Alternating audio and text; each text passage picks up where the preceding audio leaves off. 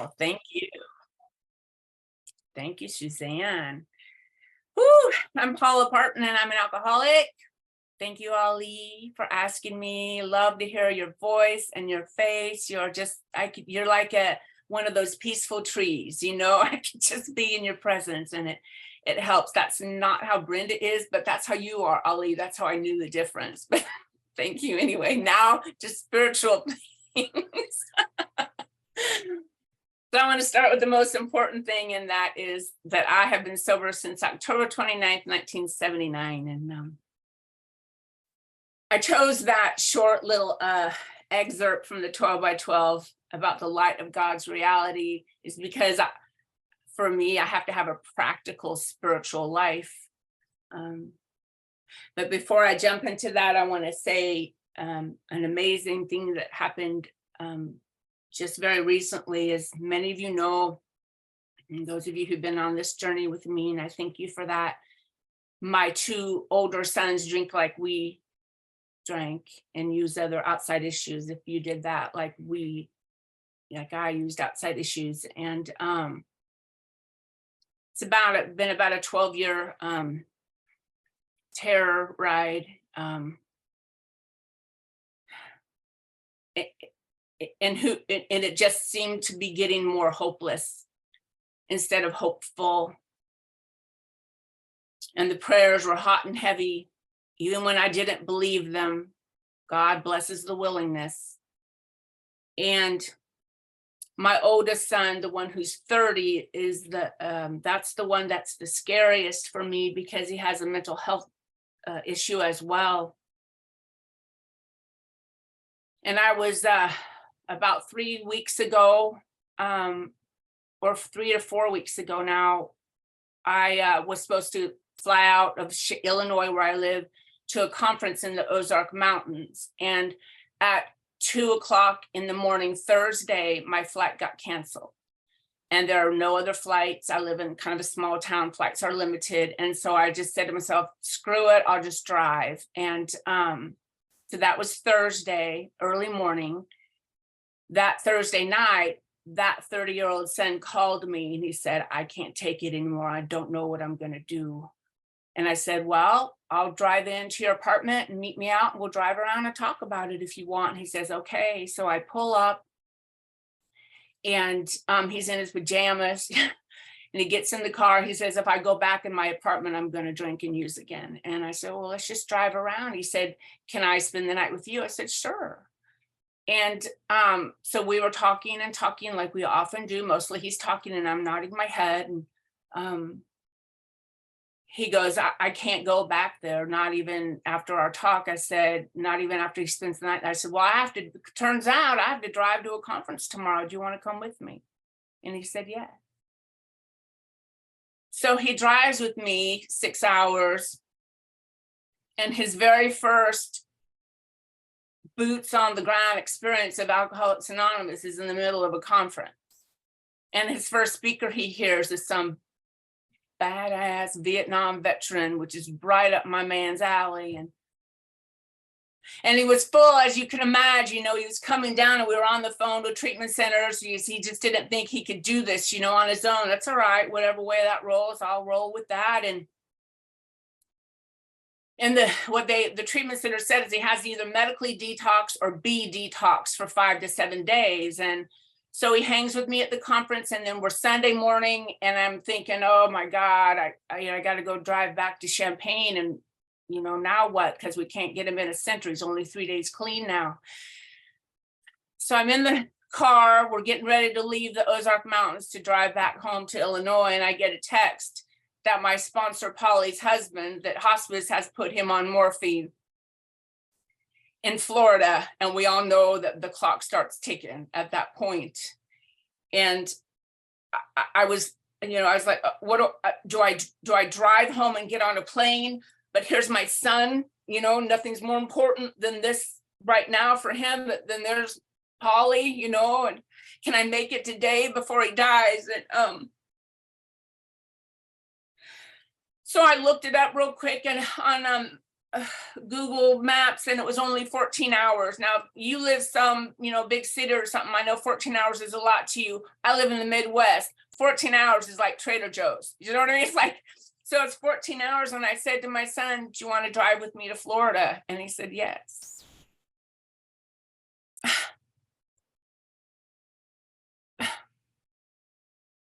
So we drove like bats out of hell because I'm trying to get there before Dave passes. And we made it as far as Macon, Georgia, which is about 3-ish hours from Jacksonville, but it was really late. We were both tired. And so we went to a hotel and we woke up the next morning. We got the message that Dave had passed at 4:30 that morning. And so we started the drive to Jacksonville and got there, and my son, terrified of everything, got to come to us in the middle of the best of us. There are no people who show up for one another as do we. And that's what he got to see of us. How he summed that up as he's detoxing as he gets in the car one day, he goes, AA people are funny. I'm like, yes, we are. And then he said, AA people are nice. I said, yep, that too, we're nice too. So sweet Dave Pistol did not want to go out the way that he went out. It was a hard end. But I know this, that Dave Pistol's last act was to save my son. I know that God works in circles and connections and odd coincidences, that things happen that are inexplicable, that life is in session, as our sweet Polly says. And when I was sober and those mean old timers would always say those mean old things, one of the things they'd say is, you have to have an insurance policy, pay your insurance. I'm like, what are they talking about? But now I know what they mean is we pay our insurance policy, work in our program, actively connecting, doing our inventories, doing our 10, 11, and 12 every day. Because life is in session. And when life shows up, I had better be prepared to meet it. And when I got to you, man, I was feral and savage with brain damage. And I mean, so you would say rude things to me like, just let it go. Did you just say just? You must not have heard my tale of woe. Let me explain it again. But it seems like an insane thing to say, just let it go. That organ of hate I had for the stuff that went down in my mom's alcoholism. I mean, I didn't know how to be without that. You know what I mean? I lived in fear. My fear was so normal, it was almost a friend. I didn't know who I was. I absolutely would have been the hole in the donut, like our literature talks about. And there's no reason I stayed sober. I mean, there's no reason in the beginning that I made it. No odds on that. I didn't even think I would. I didn't even want what you boring people had. But you were so kind. You were so kind. And I could stay for that. And this idea of God was ridiculous. I had begged God to save me when I was a little girl. I begged to God, please, please make it stop. And I remember I was 8 years old when I was going to give it one last shot, man, one last shot. And just in case somebody was listening, I'm begging God, come on. And I woke up the next morning and it hadn't stopped. And my first words are, I hate you. But now I know another truth. Now I know the real truth. And the real truth is this: God did not abandon me. My God was with me that night and every night. My God was crying too. And God wasn't saying too bad or you're not important or I'm throwing you away. God was saying to me, hold on, daughter. I am sending Alcoholics Anonymous. There you will be relieved of care, boredom, and worry. There you will be rocketed into a fourth dimension of existence. And that is exactly what happened. And just 6 years later, I came stumbling in to my first court-mandated meeting of Alcoholics Anonymous. And I didn't want to go to that, man. I'd fallen in love with booze. Alcohol was my first higher power. It was my first fourth dimension. It was a power greater than me. And I was willing and did give it everything I had. I was willing and happy to die for it.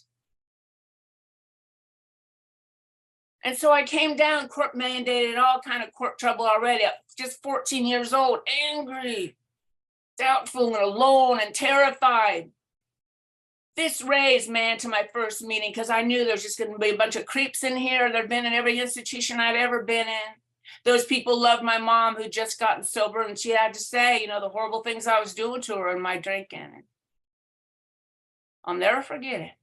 First meeting, I entered that little room in that little church basement in Grand Island, Nebraska. And the big poomba of AA who'd loved my mom was all the way across the room. And I knew he was coming for me and I was ready for him.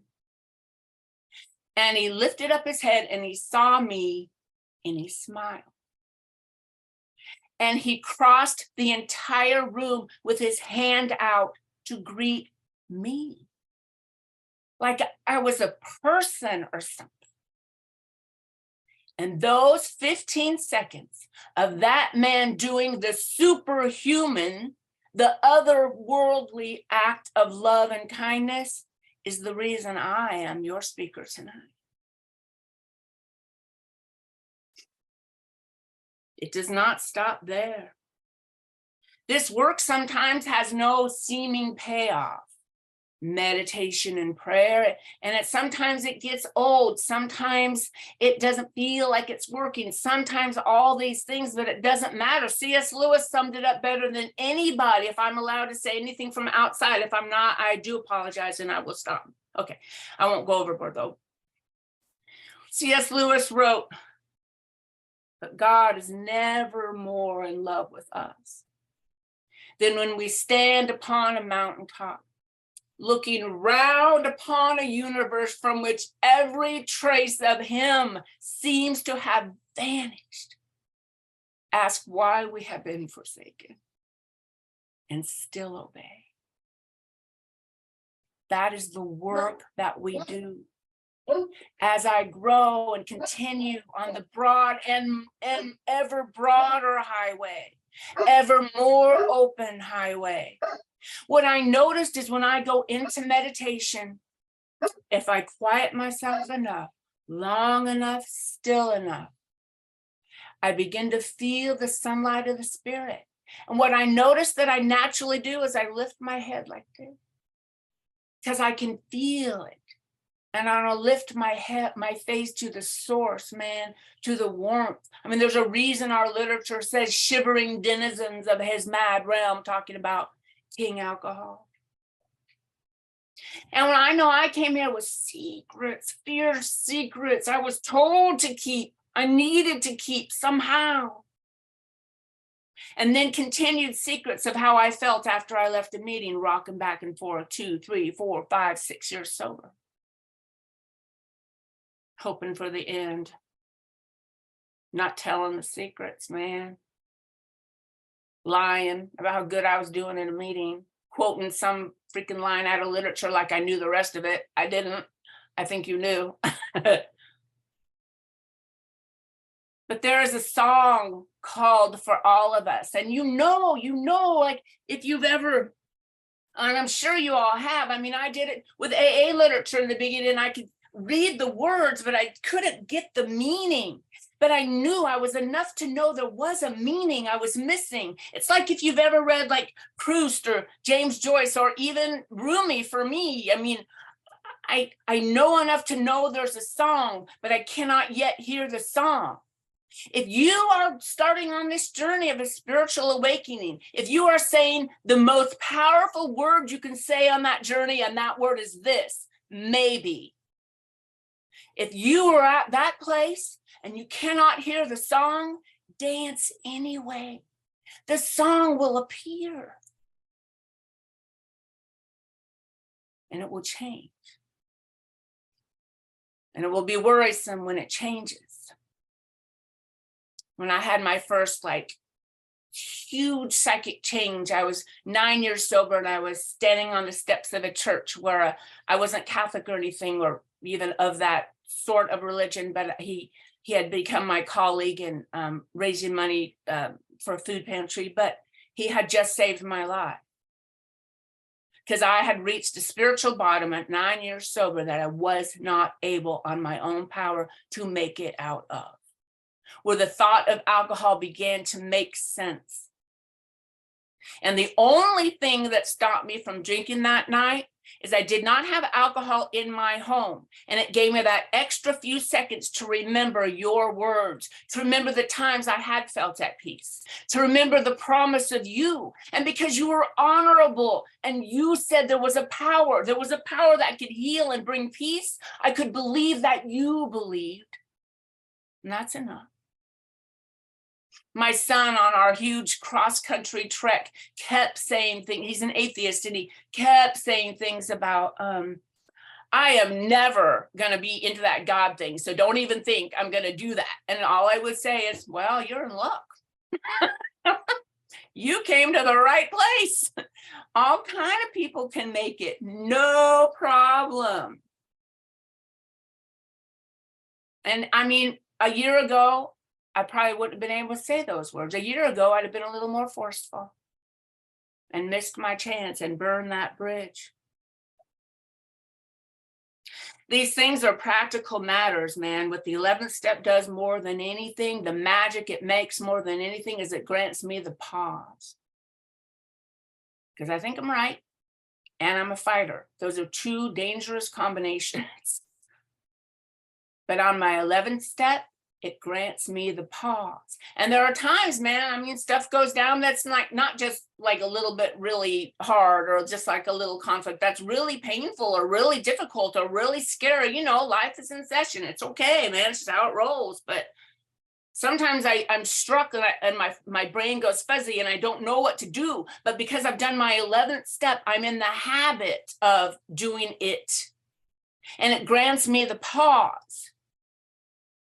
And sometimes, man, the pain is too much. Sometimes the terror is too much. Sometimes the confusion, the bafflement, the not know what to do or which one of you beautiful people to call in that moment. Sometimes I can't get the right words. And so what I do is, it's like our literature says, I can't even get out the words, thy will be done. And so I extrapolate that. And what I say is thine, thine. And there's some beautiful fictional old literature that says we are the stuff that dreams are made of, but we are actually scientifically and spiritually the stuff that stars are made of. And then I have a math disability. It's a long name, and I think I can't remember the name. It's probably the part of my brain where the math disability is, but I do not function past a 3rd grade level of math. I'm not embarrassed to say that. I mean, I'm not happy to say that, but it's the truth. But I have a sense of this magic math of God's universe.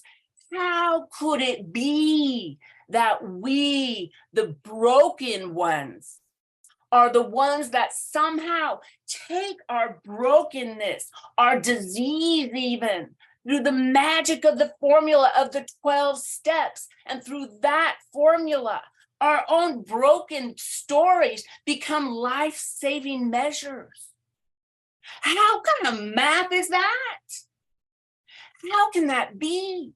And I used to think, man, I had to figure it out and then I do it. That's wrong. That's totally incorrect. I have to try, man, take that step, or just stay on that ground and be willing and say that holy maybe. And then the song can be heard, man, and the path lights up. but I make mistakes, man. I remember once I had this professional mentor. She was this amazing woman, not in AA, but just this amazing woman. And we had done this huge fundraising event once, and I was at her house late, just chatting and cleaning up. And she said to me, we come into this world alone and we go out of this world alone. And I'm like, well, that's a little morbid. But I never forgot that she said that. I was probably 8 years sober when she told me that. I never forgot it. And I would take it down and look at it and I'd go, why is this odd phrase, it's a little sad even, stuck in my head? And now I know it's because it's true, except for this. We come into the world alone except for God.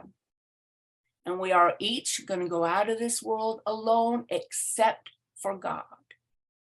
There is one relationship that matters.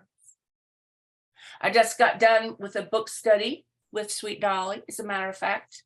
And we read the most amazing thing. This is from Thomas Keating, and I won't go too far down this road. So here's what it says. As long as we are identified with some role or persona, we are not free to manifest the purity of God's presence. Part of life is a process of dropping whatever role, however worthy you identify it with. It is not you.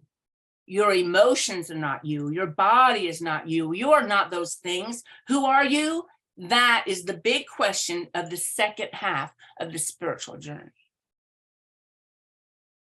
I used to always have to have a best friend. Somebody has my best friend. Someone's my ride or die. And I got to say, I have all that, but I had to identify it, or I just wasn't, I couldn't be still, man. I couldn't imagine being alone if tragedy struck, or not having, somebody to have my back. And then when I realized that's not how it goes at all. God is by my side. What more do I need?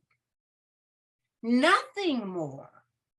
And I remember in many 4 steps, man, trying to find peace, straight out of the big book, trying to find peace for, what the stuff that went down in my mom's alcoholism, is trying to find peace. I woke her up the first night. She let those men in, and I tried to get her to help me. And she just said, don't tell anybody. And I'm not saying this with any emotion. I'm just saying. And so in the beginning of my sobriety, I was furious. You know what I mean? I got sober when I was 17, so I had no skills anyway, And every 4 step, I was trying to find freedom, trying to find peace. And then what I realized is this, how we go in, man, like we have regrets and remorse, and we look back, and the phrase that often it comes with, if only that hadn't happened.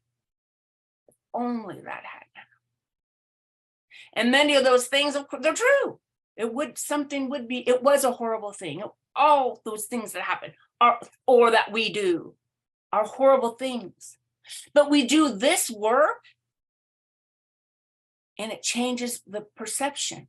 And it is like we go back and change the past. Check it out. Yeah, man, my mom threw me away to some bad men because in her drinking, that's what alcohol drove her to do. I had my own stuff and my own alcoholism too. And yeah, that's true. And yeah, it's awful. And I'm not downplaying it. But I'm also saying this. In a shot for freedom, man, what I did is I put myself in my mother's shoes. That night and every night, what I realized is this, man, I was the youngest of 4 unwanted daughters. She had just gotten rid of my father, who had beaten and raped her for 17 years, man. I was the product of one of those rapes. And when she told him that she was pregnant with me, he told her to abort me. And she said no to that man. She'd already saved me once. She did not have it to save me again. And give me 10 more years of hard drinking. Give me 10 more years of the kind of drinking that she did, that I totally would have done faster, harder, worse. 5 hungry children beaten and abused for all that time. A broken woman just looking for one night, man, just one night of easy drinking. You give me 10 more years of hard drinking. A little girl bothers me. I could have done the same. I could have done the same and worse. And then all I have is compassion for my sweet mother. And so sorry for the guilt that she felt. And I changed the past. Because that's how God rolls, man, with the light. The light, we've got to lift it all up to the sunlight. Sunlight is the best disinfectant. Nothing can grow in the dark. Well, there are a few things: my resentments, my self-righteousness, my aloneness. I had many mantras in the beginning of my sobriety. Well, I'm sorry, the first long time in my sobriety. Let's be real. You would say a beautiful thing. You would say a beautiful thing like nature and God alike abhor suicide. And I would hear you quote from the 12 by 12. What an amazing, beautiful line in there. But I'd hear you say it, and in my head I'd put comma, but not for me. Or deep inside every man, woman, and child is the fundamental idea of God. And honorable, you would say it, and I would hear you say it. I would believe that you believe, but I would hear it, and I put in my head, comma, not for me. It is true that this is about connection. Connection to the God of the universe, to the God that lives deep inside of us, to each other. And those words that I put after the comma, but not for me, but I'm alone, but my story's worse. Those disconnect me. Those are the path to insanity and death. When I was about 20 years sober, I met and married my sweet husband, St. Richard. People call him rudely, but it's true. Brenda knows him. He's a really good cook. Anyway. And we wanted a baby, you know, we really wanted a baby. And we got pregnant, even though I was an older mom. And we lost the baby. And that same month, I lost my mother. And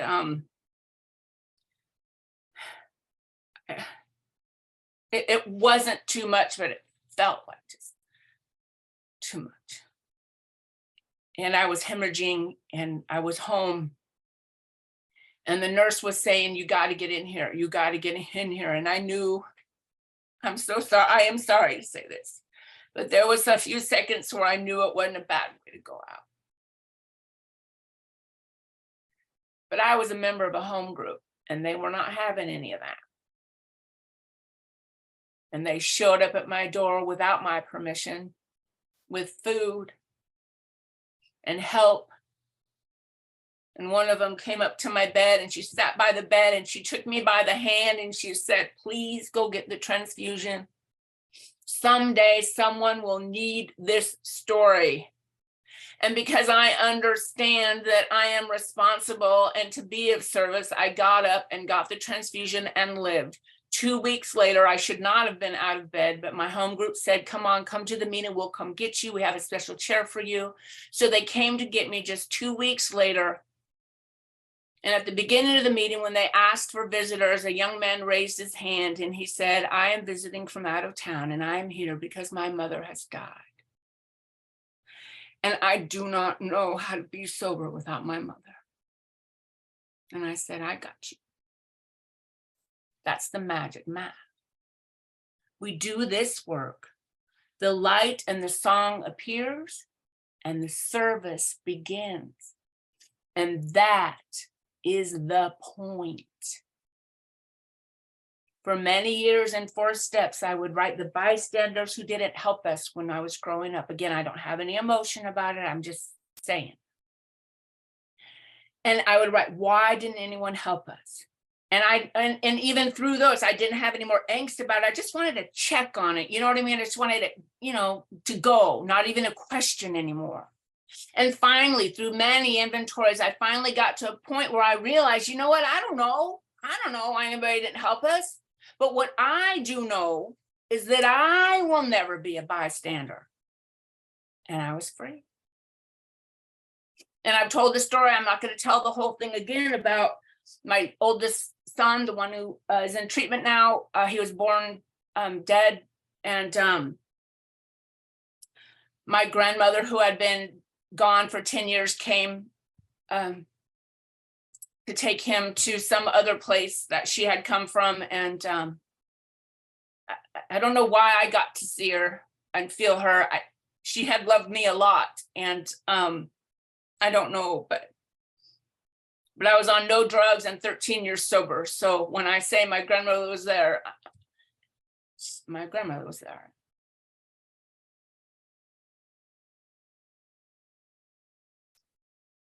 But the beautiful thing is this. I was still trying to find peace for the rage I had and self-pity I had. And I'd found chinks of peace and chinks of freedom at 13 years sober, but I wanted more. I wanted it. I did. In 6 and 7, man, I perfectly was willing. But you never know, man. That's the mantra of sobriety, man. You never know. Show up, do the work. Show up, do the work. Feel it, don't feel it. Show up, man. Walk the path, dance to the music. And that is the moment they put my baby in my arms for just a hot second before they took him away after they worked a long time to get him breathing again. And I looked down on him and I saw that he was perfect and beautiful. And I knew in that moment that the men who had hurt me had also been perfect and beautiful. And it was in compassion where I was set free. I cannot get to compassion without the 11th step. For me, you people are probably more advanced than me or something, but that's how I cannot get there. I would like an easy way out. I'm going to end pretty soon. I have, they don't belong in an AA meeting, but since, I'm the only one with my microphone off, I'm going in, buckle up. We're going to be okay. I'm traditions based as well. We're going to be okay. I have outside issues. I do. I'm going to bring them up for a hot second because it might help somebody. I have depression and I have post-traumatic stress disorder. And I'm going to tell you the story of the PTSD. So about, I don't even know, 10 or something years ago, I'm where the University of Illinois is, and we think we are all that. And so I wanted to find out, do I have something? I didn't want to do anything about it, but let's see what's happening. And I thought it was ADD because that's what everybody thought I had, jerks. Anyway, so I went through the testing, and it's science. They don't care how I feel, but it's science, totally science-based. And it's part of the great research of the Carle Medical Facility at the University of Illinois. And this testing is supposed to take about 3 months. But they kept calling me back because there was this one social scientist who who was in charge of taking down my family history, such as, soldier, tortures, assaults, hunger, us after the dash. That's all of us. But there I was, man, with matching clothes and dental hygiene. And do you know what I mean? Like the words I was saying could not be, She said, how don't you have a personality disorder? I'm like, I don't know, but the only thing that's different about me, I guess, is I got to come to Alcoholics Anonymous when I was 17 years old, man, be re-raised, re-foundation, set on this broad highway, get to continue to learn prayer, meditation, to hear the song in a deeper, more resonant way, to dance the dance, man. And she said, there's women like you in institutions who can't feed themselves. I said, I know there are. The only difference, I can think of it, is I got to come to AA. I don't know. It's the only thing I can think of. She'd shake her head because AA ain't in no scientific book. That's all I had, though. She'd ask me. It's the only answer I had. And because it's a scientific laboratory research study, everything I said was also on the record. And so finally I go in for the very last, meeting with her, 9 months of testing because they kept calling me back. They thought I was tricking the test.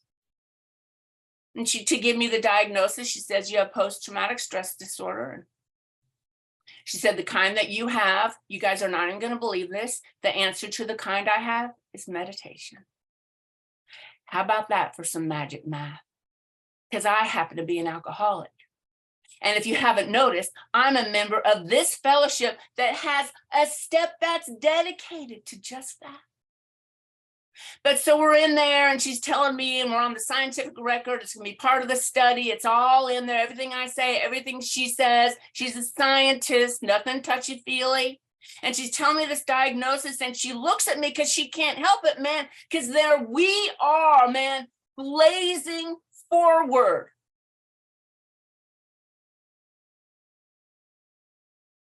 And she says to me, it's as if you're a miracle. And then she's like, oh, crap. She's just said in a laboratory on the record that there could be such a thing as a miracle, which makes me the only scientifically declared miracle in the history of mankind. But look at this, man. I claimed my name, man. I know who I am. I know where I belong, man. I'm a member of Alcoholics Anonymous, which was my only way out. So because of that, you are also the only scientifically declared miracle in the history of mankind. I'm going to close with this. On a dark night when I was about 4 years sober, my car stopped in the middle of Iowa 2 days before Christmas Eve, and it had just hit past midnight, so it made it 1 day before Christmas Eve, and it was 0 degrees, and I had my little baby niece with me, and we were in some danger. And we were in the middle of nowhere, and a farmer appeared and pulled up, and he said, what's going on? We're like, we don't know, man. Our car just stopped. And he was able to fix my engine with duct tape and a wire coat hanger. So I didn't even, I was like I was going to kidnap somebody, but anyway, he did it. Saved our lives. And we're getting ready to go. He's getting ready to go. And, you know, I was just a 4 years sober, broke college student, but man, he had saved us. And my sister and I said, can we pay you? Please let us pay you. And he says, no. We're like, we want to. You saved our lives. And he said to us one day before Christmas Eve, take it as a present from him. So if you think these things are impossible, these things, these dreams and stars, universes and miracles, just say maybe, man, and take it as a present from him. Thank you.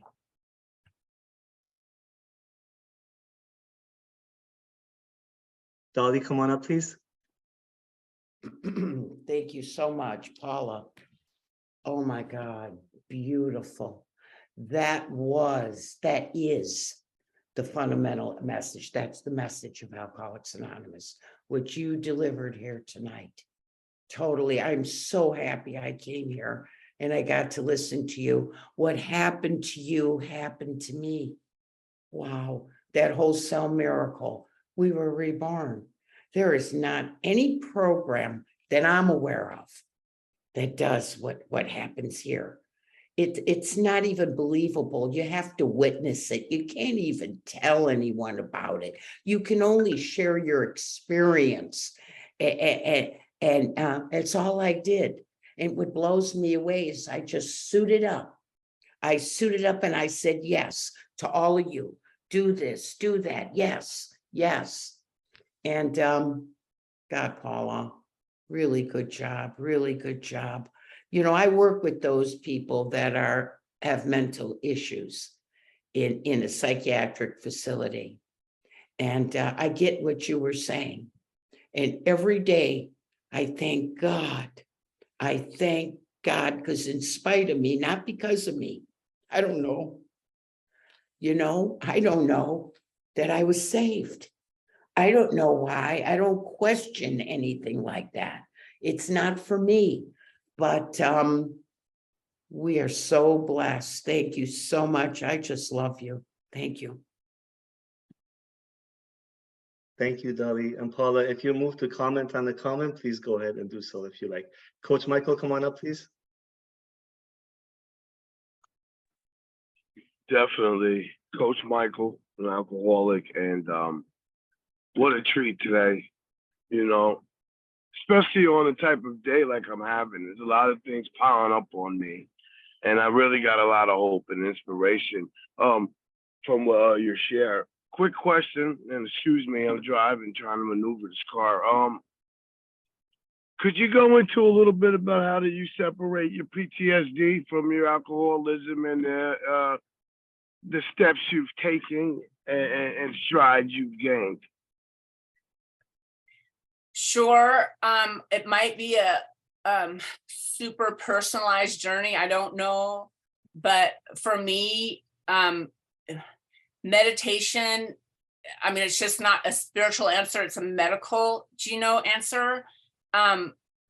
It seems maybe like a small answer for such a huge thing as my anxiety disorder, but I can tell you evidentiary that when I don't meditate, I have about 3 hours before any outside thing is I have tics to this day because of my anxiety disorder. I just have those. It's just something I have. Green eyes too. Oh, well, but something on the outside of me, something happens, big or little, usually little, but I react like I'm in a war zone. And my head goes fuzzy. So I know it seems like a small answer, but meditation, medically even, is the answer for my anxiety disorder. I hope that helped. Thank you, Coach Michael. Thank you, Paula. Leanne, you're up. If you don't mind putting your video up, that would be great if you can. Thank you. Absolutely. Thank you, Ellie. Wow, wow, wow. I would like to thank you for your presentation. Totally blew me away. And I would like if you could please expand a little bit about prayer and meditation. I go to a lot of Step 11 meetings. I'm here every Tuesday night. And I was wondering how that affected you and what were the changes that you needed to make in order to effectuate those changes. Thank you. So if I hope I'm understanding. So I think I understand. So I'm a reader, and I've always been a reader. When I'm seeking a connection or a soul-based direction, I take spiritual literature, and I mean, it could be poetry. I mean, anything you describe is what that is. And I read slowly and intently because I'm waiting for God to give me the words for me for that day. Since I was 14 years old, I've read C.S. Lewis, and that you can't call it a poem, but it's Desiderata. I have said that first line over and over, go placidly amidst the noise and haste, over and over, and just those words, and then I begin to calm. Thank you, Leanne, for your question. Call-in user, come on up, please introduce yourself.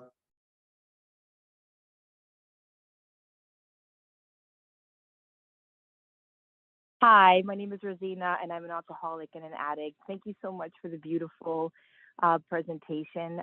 Thank you for sharing your experience, strength, and hope.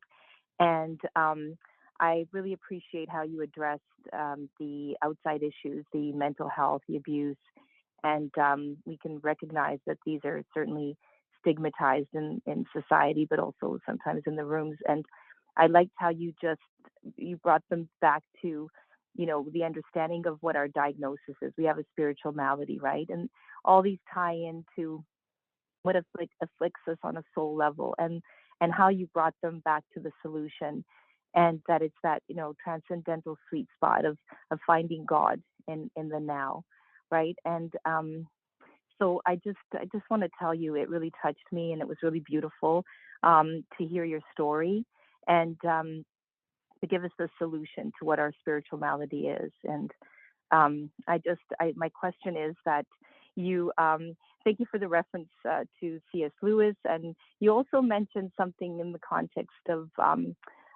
James, no, I was going to say James Joyce. You mentioned 3 writers and that they were part of kind of like an obstacle for you. Would you go back to that and explain that again, please? And No idea. I mentioned Thomas Keating. No, I just open my mouth and stuff comes out. So no idea. Rumi, I talked about that they kind of stumped you. You said something about James Joyce, and I was just thinking about like kind of sort of making God, like the God of intellect, like kind of like, for me that was, you know, university and like James Joyce's Ulysses, and I thought that was kind of what you were referencing. So I don't think that they were necessarily spiritual texts, form of prayer and meditation that you were bringing to light. So I just missed that, the references to them. But thank you overall for everything you touched on. It was really beautiful. I appreciate you. Thank you. Thank you so much. If you send us an email at thoughtstoronto@gmail.com, and please be asked to be put on the email list. We'll send you the recording. You can listen to it again and perhaps find those writers. My sister on the path, Brenda J, come on up, please. Hello, everyone. My name is Brenda, and I'm an alcoholic. I come bearing tidings of comfort and joy. Very happy to be with you this evening. Paula, there have been 2 really exceptional things that have happened to me in my life since I've been sober. One was to stay sober, and the other one is to get to call you my friend. I go to all the meetings I go to, and I speak at all the conferences I speak at, and I take all the inventories and clean up all the ashtrays and straighten up all the chairs because I'm trying to pay back the gift that I have found in your friendship. Thank you. Okay, but anywho's, I have 2 questions. I'm gonna see if you get these right, because I already have the answer also. Okay. First question. For $200, has there ever been anything really, Paula, in your life, in your story, in your journey that you looked at, recognized it, and said, I can't work the steps on this. This is outside of the grace of God? there are times in despair. I've certainly thought that. But I also want to say that we go on. I mean, there's more to be found. The big book is amazing. It's my foundation. The steps are amazing. And they're always my foundation. There is more to God, you know, the song goes on, right?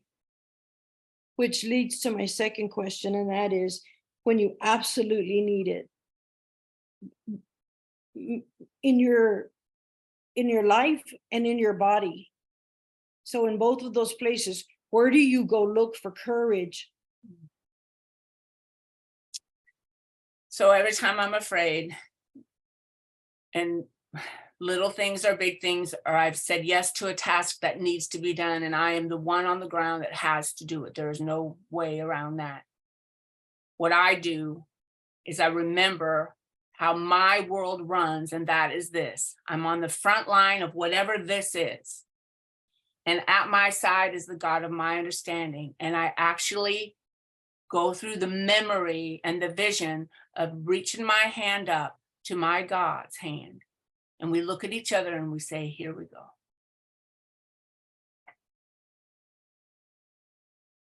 All right, you got them both right. Let's move on. Good. I want some money. Beautiful. Thank you, Brenda. Ralph, nice to see you. Come on up, brother. My name is Ralph White. I'm an alcoholic. Paula, powerful. I am so glad that I jumped on to hear you. I so appreciate the way you came out and walked us through what happened. I assume you were at springtime, and oh my God. And you brought me to tears when you referenced what was probably Dave's last act. The power of that was amazing to me. And Dave would have been, I mean, That is so much his legacy. Question in that same vein. When you were on the drive, when you were doing Florida, going to Ozark, and the rest of that, that's a difficult hat, the 12 and the mom. How much of that did you find to be mom? And how much of that did you find to be 12-step? And how fluidly were you able to navigate between those two hats Do you mean when I was driving with my son? when you were with your son? Oh God, it was so hard. Oh, so hard. Because I swear to God, I feel like up until Thursday when he called me, I'd go fuzzy in my brain when he'd reach out for help. What'd I say? I don't know what to say. And I have to say, we've all heard our different Tim, H, when he talked about his daughter, when in the darkness of the night about her abuse and drinking, he would say, do I think AA is going to save her? No, I don't. I have to say, I understand that. I cannot, I just kept saying to myself, if God is everything, then it's going to be all right. And when I would falter and he'd like get his back up, I'd say, but you do you, babe, you do you. And oh no, man, I could fall to my knees about it though, man.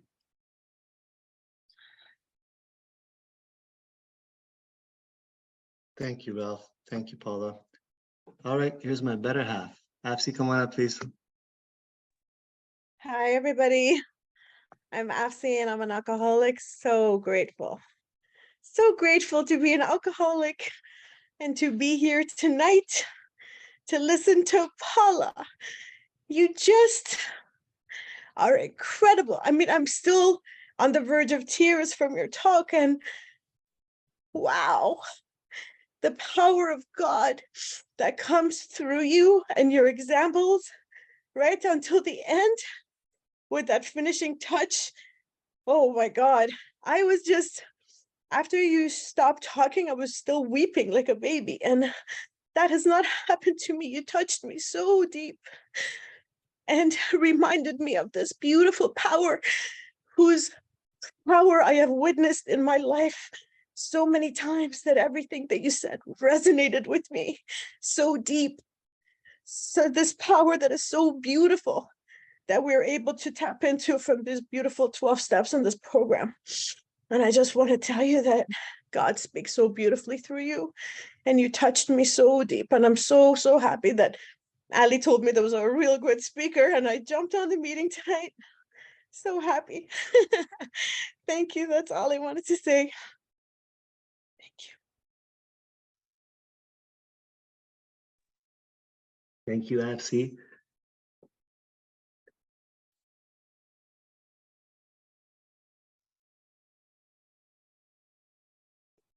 Patty Dalton, come on up, please. Oh no. Hi everybody, I'm Patty, I'm an alcoholic. Thank you so much, Allie. Paula, thank you so much for your share. I just reiterate what everyone else said. It was extremely powerful. I related on a million different levels. Originally from Illinois. I'm in Cali now, but I went to school in Peoria, so not far from you. Anyway, so the relation there. And I got sober at 19, so not that much older than you. And of course, a lot of us come in with that painful past, not the same, but, similar things. And it's really hard to work through. And so I guess what I was thinking about was, I came in and I didn't have a faith. I balked at that from the get-go. I was raised in a very strict faith and I ran the other direction. And so when I came in these rooms and I was told that, that the whole purpose of the steps was to find a power greater than ourselves by which we could live, I was like, well, that's the fellowship for me. And it was for a long time. But eventually I needed to go bigger. I needed something that was not human. I had to get bigger than that. And so I guess what I was wondering was, did you ever struggle with that being the solution? And can you remember kind of a turning point when it became everything? Because for me, like you said, really talking about that prayer meditation got me to that relationship, but it took me a long time, years and years and years. And so I'm just wondering if you can remember kind of when it switched for you, when that became the answer. Because for a long time, it was me and my own ego. right? And I was fighting myself with it. So again, thank you so much, and thanks for all your answers back. Yeah. So I had the educational variety, and I think I'm this hotshot scientist. So I think I have to have evidence. And even at 17, I thought I was smarter than everybody. So, but what would happen is I would feel better. And the only thing I could attribute it to is that I was sober and active in Alcoholics Anonymous. That I didn't have another answer, and it caught my attention. And that people in AA, in the rooms I was going into, were honorable and kind. And you said things like, deep inside, every man, woman, and child is a fundamental idea of God. So I'd go, comma, not me, but I could believe that you believed. And I could not deny the example of you. So it was little by slowly, and that I hit a bottom when I was 9 years sober, had a huge spiritual awakening, hit another one at 22 years sober, and hit my last one, fingers crossed, when I was 30 years sober. And that's where I realized I'm going to go in, I'm coming in with God, I'm going to go out with God. It's the only, whose approval do I want? God's, and that's it.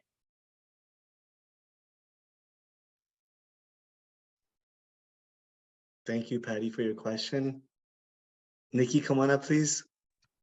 Hi, everyone. Nikki, alcoholic. Paula, that was a phenomenal share. Thank you so much. It just really spoke to me tonight, especially with some stuff I'm going through. And it just, like, the piece that stood out to me was just the compassion you have for anybody who, was on your resentments list or who has wronged you.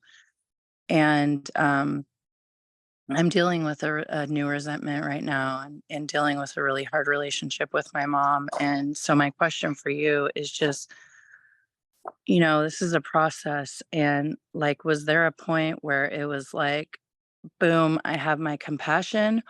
Or was there a point where, like, you would have something happen to you, like in your sobriety or whatever, and you would have to like go through the process to like get that compassion? Or was it a quicker thing? Because just what I'm really hearing, I feel like God is speaking through you, just that I need to have compassion. I need to have compassion for my mom. So if you can get that question out of there somehow, I kind of rambled, then I would love to hear your answer. Thank you. Sure. The undying deniability of when I was 13 years sober and gave birth to my son, and I lost him, and they brought him back. And when I looked at him, I had feelings I'd never felt before. Huge, overwhelming, to protect and love him. And I meant it with everything I had. In that moment, I knew that the day I was born, my mother had felt the exact same. And something more powerful than even that, called alcoholism, did that to her. And that's what did it. It's been compassion since that point. Thank you, Nikki, for your question. Teresa Loveland, would you come on up, please?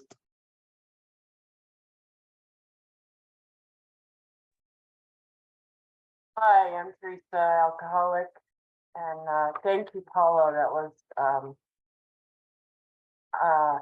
I don't even have the words to say. Very moving. Thank you. I don't really have a question, just more of a comment, I guess, and kind of relates to what Nikki was saying is, I've been sober about 4.5 years, and I'm left with my brother. We're the only surviving members of our family, our nuclear family. The rest of the family was pretty much devastated and died as a direct result of alcohol and drug abuse and mental health issues and all those things you talked about. So thank you so much for shining that light on the possibilities he and I are going through, trying to resolve a lot of that stuff, because he and I are the only ones left. And you know, how do we continue to go on and build a better life for ourselves and our children, in spite of where we came from. And so your words are very powerful, and I appreciate it. You know, the spiritual connection is so key to keeping your sanity for the long haul. And so listening to people like you is an incredible gift. And we truly are all miracles. Thank you very much. Thank you so much, Teresa. Janine has her hand up. Janine, come on up, please. Hi, everybody. I'm Janine. I'm an alcoholic. And thank you for everybody that does service for this meeting and has put it on for the last 3 years. Just amazing. And my two favorite speakers are in the room tonight. And Paula, you just, you're definitely one that there was so much in it that I would definitely have to listen to it again, because there's a lot of healing there. And I think as alcoholics, that's our biggest thing, is that, you know, we have done so much to other people, and a lot of us have had a lot of things done to us, and it's the healing on both sides. And so my question was, because I was really thinking, because the thing that I've learned in this meeting is that it doesn't look the same for everybody. So when I hear people ask, like, what does, like, when you say that your solution is meditation, what does that look like to you? What does that mean to you? Because I assumed for so many years, because, you know, I knew what it was, like what it meant to me. And so it best looked like that for you. And so what I've realized coming to this meeting is, you know what? There have been some really powerful people that have spoken at this meeting that you can hear God when they speak. And you know what? Their meditation doesn't look like what I think, what I do it. So I was really kind of interested really in hearing and maybe how it's evolved in your sobriety, because I know definitely for me, it has evolved from, you know, being the newcomer the first couple of years, like you can't sit still. And so what it looks like and how it's evolved in your life. And thank you so much again, because, you know, showing up, and it's not just showing up tonight, but showing up for all those times that you needed to show up to be the person that you are right now, so that we could hear the message that you gave. So thank you. That's it. Thank you. So I started meditating. A Franciscan, a really cool one, taught me how to meditate. And what she said is, and that's where I got the start, when I think I talked about it briefly, but I find some kind of literature that's spiritual to me and that changes every day. Read it slowly and intently, find the words. For me, I don't have that great of an attention span, so it really can't be more than 3 words or I'll forget. And then once I find the words, and my gut will know the words, I put the book down and then I begin. And what that gives me is I repeat the words over and over and over. So I did that for decades. And then so Ali, I don't know if you've had Carla R speak for you yet, but right, so she's like one of my closest friends, and like one of my trifecta of wise people. And you know, she's the master of meditation, and she meditates in quiet. So I'm like, well, I want to try that. That seems so advanced. And like, I gave it 2 hard fought years, and I cannot do it. I was thinking about the grocery list or the jerk across the street or like horrible things, you know? And so one of my sponsees is Native American, and that's her spiritual practice. And she said, try this, listen to the birds. And I am telling you, that is a beautiful way to just sit and hear that. And I also have an app called Insight Timer that's super great. And I use that every day and pass it to all my sponsees. I hope that helped. Thank you, Janine. Great question. Ali from Australia, come on up, please. If you can put your video on, that'd be great too. Thank you so much, brother. Sure, guys. Sorry I was dropping in and out, but I heard exactly what I needed to hear. Thank you, sister. You're absolutely a light. Hey, just 2 quick questions, if I may. It's a bit personal. But number one, what did grandma tell you when she visited you? Did she tell you something? Did you feel something? And then the other thing is, with that realm, wherever she came from, wherever she goes, do you at times visit that space in your journeys, in your meditation and such? Wow, those are great questions. No one's ever asked me those. So my grandmother did not have spoken English words for me. I don't even think that my God speaks in words really either.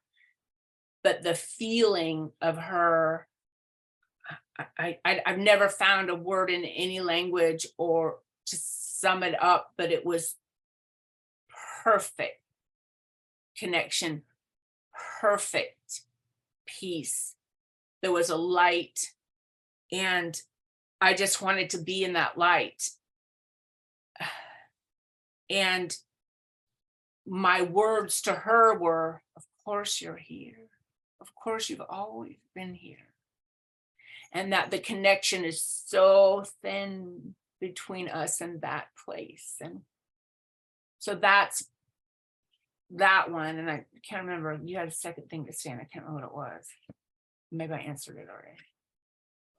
Did I answer? Yeah, I think you did. If that is a place you journey on your, No, I can't access it. I cannot access it. I think that it was a gift for me because I do think in evidentiary ways, and I cannot deny the proof of that.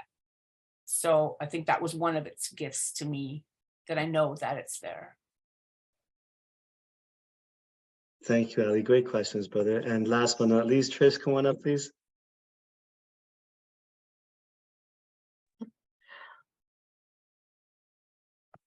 Well, you muted yourself one more time. Sorry. Trish alcoholic, sorry. Paula, I don't even have words. I don't have a question per se. I did say I'm going to have to listen to this over and over and over again. I have books on my bookshelf that are eternal books that I go to over and over and over again. And that's like this talk tonight. It was just so rich with so much. And where you came from, for me, where I came from, you opened a space in me for real forgiveness and empathy. So that I thank you for very much. And God bless, and thanks, Ali. Thank you, Trish. Nice to see you.